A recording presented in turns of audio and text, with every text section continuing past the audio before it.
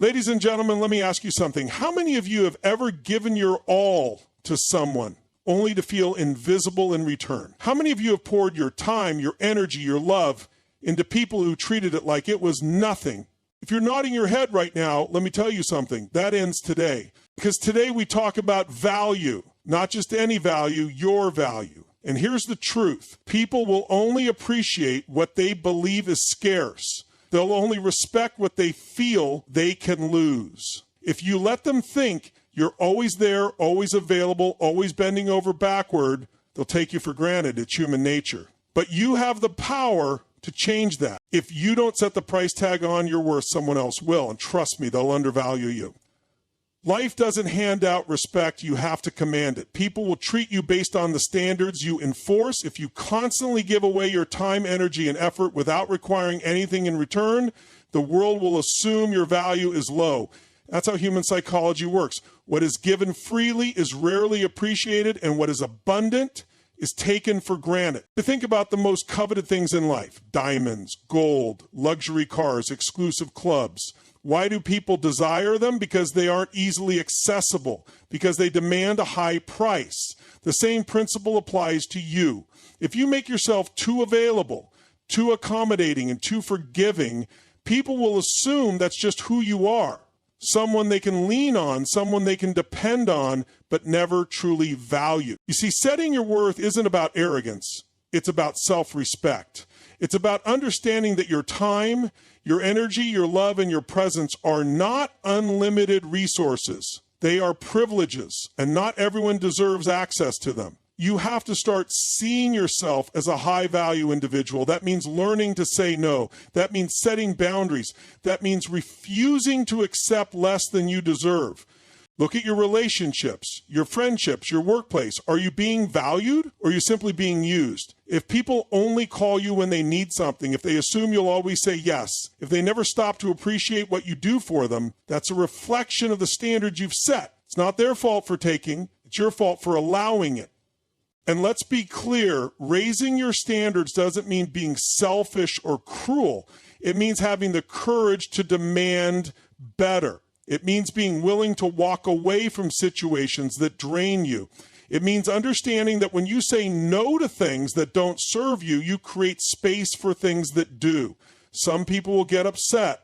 Some will try to guilt you. That's because they were benefiting from your lack of boundaries. Let them go. The moment you start valuing yourself, something incredible happens. The world begins to mirror that value back to you. People respect you more. Opportunities align in your favor. You become surrounded by individuals who see your worth, not just those who take advantage of it. But it starts with you. It starts with deciding that you are no longer willing to be underappreciated. So ask yourself, what is your price tag? Is it rock bottom, where anyone can have your time and energy for free? Or is it set high, where only those who truly respect and appreciate you get access? You determine your own value, and once you do, the world will follow your lead. This is why relationships sometimes lose their spark. In the beginning, everything is exciting because there's mystery, there's effort, there's an understanding that nothing is guaranteed. But over time, when one person continuously gives and the other continuously receives without reciprocation, resentment starts to build. The giver feels unappreciated, while the receiver doesn't even realize that they've become complacent. What was once extraordinary becomes ordinary. What once required effort becomes an expectation. The same thing happens in friendships. If you're always the one checking in, always the one making plans, always the one offering support, the dynamic shifts. Your presence becomes routine rather than valued. Your effort becomes expected rather than cherished. And before you know it, you find yourself in a situation where your absence wouldn't even be noticed, because people have grown so used to the idea that you will always be there. This phenomenon is just as present in the workplace. The employee who goes above and beyond, who stays late, who picks up extra responsibilities without complaining, often finds that instead of being rewarded, they are overlooked. Their hard work is no longer seen as exceptional, it's seen as the norm. And because they have set a precedent of always delivering, they rarely receive the recognition they deserve. But the moment they take a step back, the moment they stop overextending themselves, suddenly their value becomes apparent. Understanding that familiarity breeds contempt doesn't mean you should stop being kind, generous, or hardworking. It means you need to be mindful of how much access you give to people. It means recognizing when your efforts are no longer appreciated and having the strength to adjust accordingly. Sometimes the most powerful thing you can do is step back, allow people to feel your absence, and let them realize that what they took for granted was never guaranteed. Because when people have to work for your time, your attention, and your presence, they learn to appreciate it in a way they never did before. Boundaries are often misunderstood. Some people think setting boundaries means pushing others away, shutting down, or becoming cold and distant. But that's not the truth. Boundaries aren't walls designed to keep people out. They're gates that control who gets access to your time, energy, and emotions. They allow you to let in the right people while keeping out those who drain or disrespect you. Without them, you become exhausted, overextended, and taken for granted. Think about the strongest, most confident people you know. They aren't the ones constantly bending over backward to please everyone. They aren't the ones saying yes to every request or allowing others to walk all over them. They have clear boundaries. They know their limits. They understand that protecting their energy is not selfish, it's necessary. They don't allow toxic relationships to consume them because they recognize that not everyone deserves unlimited access to their life. Setting boundaries means deciding what you will and won't tolerate. It means recognizing when something or someone is harming you, whether it's a friend who only comes around when they need something, a boss who expects you to work late without appreciation, or a family member who constantly crosses the line. Too often, people feel guilty for saying no because they worry about disappointing others. But the truth is, saying yes to everyone else often means saying no to yourself.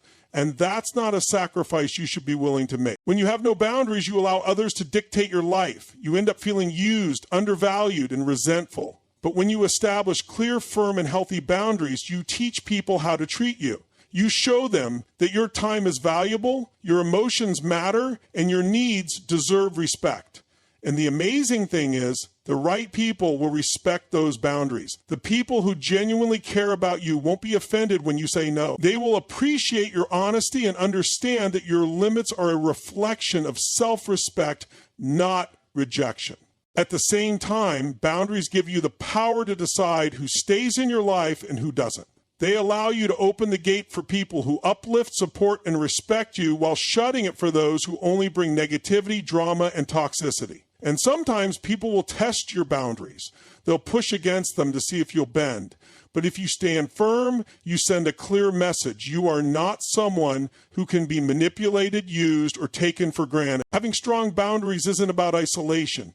It's about self-preservation. It's about creating a space where you can thrive without being drained. It's about surrounding yourself with people who bring out the best in you, not those who take advantage of your kindness.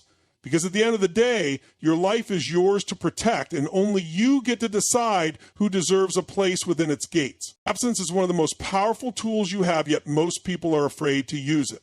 In a world that constantly pressures you to be available, to be present, to always show up, stepping back feels counterintuitive. But the truth is, nothing makes people appreciate you more than realizing what life is like without you. When you are always accessible, people get used to you. They assume you will always be there, always answering, always giving, always accommodating. And when something is always there, it becomes easy to overlook. Human nature is built around contrast. We only truly recognize value when we experience the lack of it. Imagine a hot summer day. You don't think about how much you love air conditioning until it stops working. You don't appreciate electricity until there's a power outage.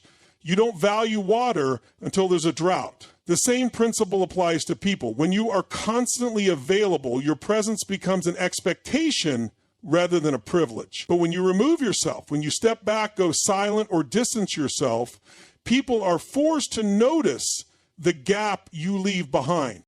This applies to relationships, friendships, workplaces, and even social circles. If you feel taken for granted, instead of arguing, begging for appreciation, or over-explaining your worth, simply remove your presence. Stop chasing, stop initiating, stop over-giving. If people truly value you, they will feel the absence and come looking for you.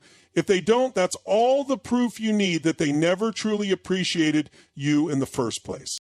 In relationships, absence creates longing. At the beginning, everything is exciting because there's a sense of mystery and uncertainty. But over time, if one person is always there, always initiating, always giving, the other starts to take them for granted. They no longer feel the need to put in effort because they assume that person will always be available. The moment you step back, however, the dynamic changes. Suddenly, they start wondering where you are, why you aren't reaching out, and what they might be losing.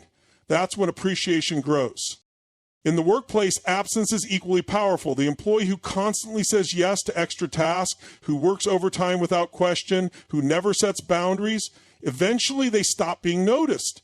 Their hard work becomes the norm. But the day they take a vacation, suddenly their absence is felt. Colleagues struggle to fill the void. Managers realize how much they actually contribute, and their worth is acknowledged. Absence is not about manipulation, it's about self-respect. It's about recognizing when you are being undervalued and giving people the opportunity to either appreciate you or lose you. It forces others to reflect on your importance and in many cases reshapes the way they treat you. Because in the end, the greatest lesson you can teach someone is not through words or actions, but through your silence and your absence. Let them feel what life is like without you, and they will never take you for granted again. Pain is a powerful force. It has the ability to break you, but it also has the ability to shape you into something stronger than you ever imagined. The difference lies in how you choose to use it. Most people run from pain. They numb it, suppress it, or let it define them as victims. But pain is not meant to be avoided. It is meant to be transformed. If you can take your pain and turn it into fuel, you become unstoppable. Think about the most successful, resilient, and inspiring people in the world. They didn't get there because life was easy for them. They got there because they faced adversity, endured suffering, and used their pain as motivation to rise above their circumstances. Pain can be a prison or it can be a teacher. When you allow yourself to feel it, process it, and learn from it, you begin to harness its power. Every setback, every betrayal, every heartbreak, and every failure carries a lesson. The problem is that most people get stuck in the suffering instead of searching for the lesson. They replay their wounds in their minds, allowing pain to control them instead of using it to grow. But pain is energy. It doesn't disappear on its own. You can either let it drain you or redirect it towards something meaningful. When someone betrays you, you can let it break you, or you can use it to strengthen your sense of self-worth and demand better treatment in the future. When life knocks you down, you can stay there or you can get up with even more determination. Pain has a way of revealing who you really are. It strips away the illusions, forces you to confront your deepest fears, and pushes you toward growth. Some of the greatest achievements in history were fueled by pain. The athlete who trains harder than anyone else isn't just doing it for glory. They are running from the pain of past failures. The entrepreneur who builds an empire wasn't just chasing wealth, they were escaping the pain of struggle and rejection. The artist who creates masterpieces wasn't just painting for fun, they were channeling their deepest wounds into something beautiful. The key is not to resist pain, but to embrace it and reshape it. When you stop seeing pain as an enemy and start viewing it as raw energy waiting to be redirected, everything changes. You stop asking, why did this happen to me? And start asking, how can I use this to become better? Pain can be the reason you give up, or it can be the reason you push harder than ever before. It can destroy you, or it can transform you. The choice is yours. Because at the end of the day, the strongest people aren't the ones who never suffered. They're the ones who took their suffering and turned it into power.